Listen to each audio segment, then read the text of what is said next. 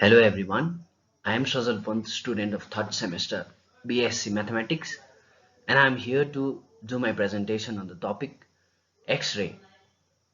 Before starting the topic, I would like to thank Dr. CP sir for providing me this opportunity to do my research on the topic, and without any delay, I would like to get on the topic. So as you can see in the slide, this is my topic, and on the next slide we have the contents. These, as you can see, these are the list of the contents that I have done. Firstly, I'm gonna explain you the introduction and then the history of X-ray, was first X-ray image, properties, interaction with matter, how X-ray interacts with matter, and applications of it. And then I'm going to explain X-ray machines, and then the principle of it, and then X-ray tube, future scope of it, conclusions, and then the references. So on the next slide, we have the introduction. So X-ray radiations is a form of electromagnetic radiations. It is an important diagnostic tool for medical conditions like bone fractures, pulmonary tuberculosis, etc. It was invented by a German physicist, Wilhelm Röntgen, in 1895. He named it X-ray radiations to signify an unknown type of radiation. And uh, adding some more introductions of it, the X-ray frequency can vary from 3 into 10 to the power 16 Hertz to 3 into 10 to the power 19 Hertz. Also, the X-ray wavelengths range from 0.01 to 10 nanometers. And as you all know, the images of the X-ray are recorded on the monitor. So this was the introduction of X-ray, and then we are going to talk about the history of X-ray. I mean how X-ray was even invented or discovered. X-rays were discovered in 1895 by German physicist Wilhelm Conrad Röntgen while investigating the effects of electron beams, then called cathode rays, in electrical discharges through low pressure gases. He got the first Nobel Prize in physics in 1901. As you can see, 1901 he got the Nobel Prize. This is the image of Wilhelm Conrad Röntgen. And now on the next slide we have the first image of X-ray. After inventing X-ray machine, this was the first image taken. As you can see, this was the first image, and it was the hands of Wilhelm Röntgen's wife taken on, this is the date, it was taken in 1895, 22nd December 1895. And then on the next slide we have the properties of X-ray. So X-ray photons carry enough energy to ionize atoms and disrupt the molecular bonds. This makes it type of a ionizing radiation. These ionizing properties used to kill the malignant cells by radiotherapy, medical use. It is absorbed by solid radio opaque substances like bone and metals. Now, how interaction with matter takes place. So I'm going to read out to you. X-ray interact with matter in three main ways: through photoabsorption, Compton scattering, and Rayleigh scattering.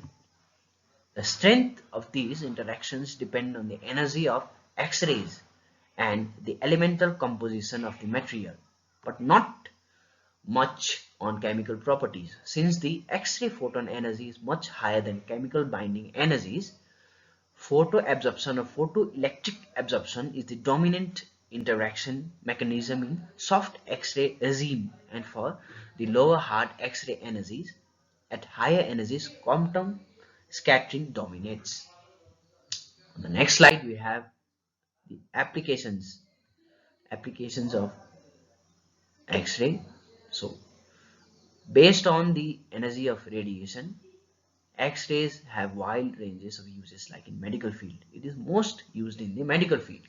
It has a greater application in the medical field, and then the industrial workplace and security purposes. Using X-ray scanners to scan some diseases, and then the X-ray crystallography, and on the industrial use we have industrial radiography and CT scanning. X-rays has an immense role in medical field, diagnostic as well as therapeutic.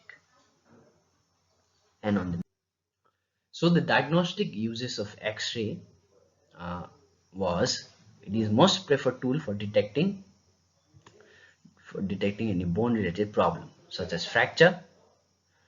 It is a bone related problem, and then tumor and degenerations. It is also used to detect other cases like pulmonary tuberculosis, one of the most infected diseases is the tuberculosis, and then lung abscess, etc. So these were the diagnostic uses of X-ray. And then on the next slide we have therapeutic uses of X-ray. So it is used in the cancer treatment. It is used to treat cancer and kill malignant cells.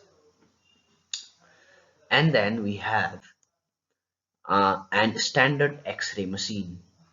You probably have seen in the hospital, I guess. This is the standard X-ray machine. This. And then on the next slide, we have the parts of X-ray machine as provided on the previous slide. Image was provided in the previous slide, and then we have the parts of it that are X-ray tube, transformer, tube stand, and then control panel. These were the parts of the X-ray machine. So the roles of X-ray machine, I'm going to read out it to you. So it helps confirm the clinical diagnosis, helps study the fracture anatomy, helps study the fracture displacement, and then helps to detect crack and stress fractures, helps to plan the treatment, helps to detect fracture dislocation combinations, etc. Example, Montesia fracture, and then it helps to ascertain post reduction status of fractures. It also helps in medical legal studies. So these were the roles of X-ray machine. And then we have the adverse or the negative effect or disadvantages of X-ray machines. Let's see. Diagnostic X-rays increase the risk of developmental problems and cancer in those exposed cells. X-rays are classified as a carcinogen by both World Health Organization's International Agency for Research on Cancer and the US government. Next point, it is estimated that 0.4% of current cancer cases in the United States are due to diagnostic X-rays and CT scans. That's why when it comes to perform X-ray on a pregnant woman, proper assessment of benefit versus risk is done. So these were the disadvantages of X-ray machine. On the next slide, we have an principle of X-ray tube. I'm going to explain it on the further slides. So let's read out the principle. An X-ray is produced when a negatively charged electrode is heated by electricity and electrons are released, thereby producing energy. So this is an X-ray tube. As you can see in the slide, an X-ray tube is a vacuum tube that converts electrical input power into X-rays. So this is how X-ray tube is produced, or the production of X-ray tubes. Heated filament emits electron by thermonucleic emission. This is cathode. This is the cathode. This is the anode. Electrons are accelerated by high voltage. As you can see here. Then X-rays produced when high speed electrons hit the metal target. This was the production of X-ray tube. And then on the next slide, we have the block diagram of it. This is the block diagram of the X-ray tube. As you can see, this is X-ray tube, and other voltmeters is also there, filament, etc. And then on the next slide, we have future scope. Let's see the future scope of X-ray. In the latest advancement in the field, the world's first 3D color X-rays of human body have been produced using sensor chip technology developed by CERN. Researchers led by Phil and Anthony Butler have developed this new bioimaging technique. Its capabilities indicate a bright future for medical industry. So it may have a bright future in the medical industry in future days. I mean. So now with these slides, I would like to conclude my presentation. So X-rays are a type of radiation called electromagnetic waves. To sum up the presentation, I am explaining this. The X-ray imaging creates pictures of the inside of your body. The images show the parts of your body in different shades of black and white. This is because different tissues absorb different amounts of radiation. This was to sum up all my previous slides. And then we have the references from where I have taken my researches.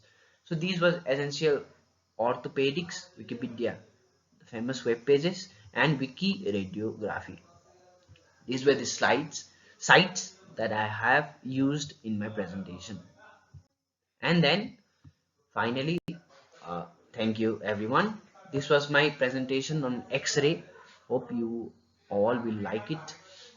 And before ending the video, I would like to once again thank Dr. CP sir for providing me this opportunity. Thank you all.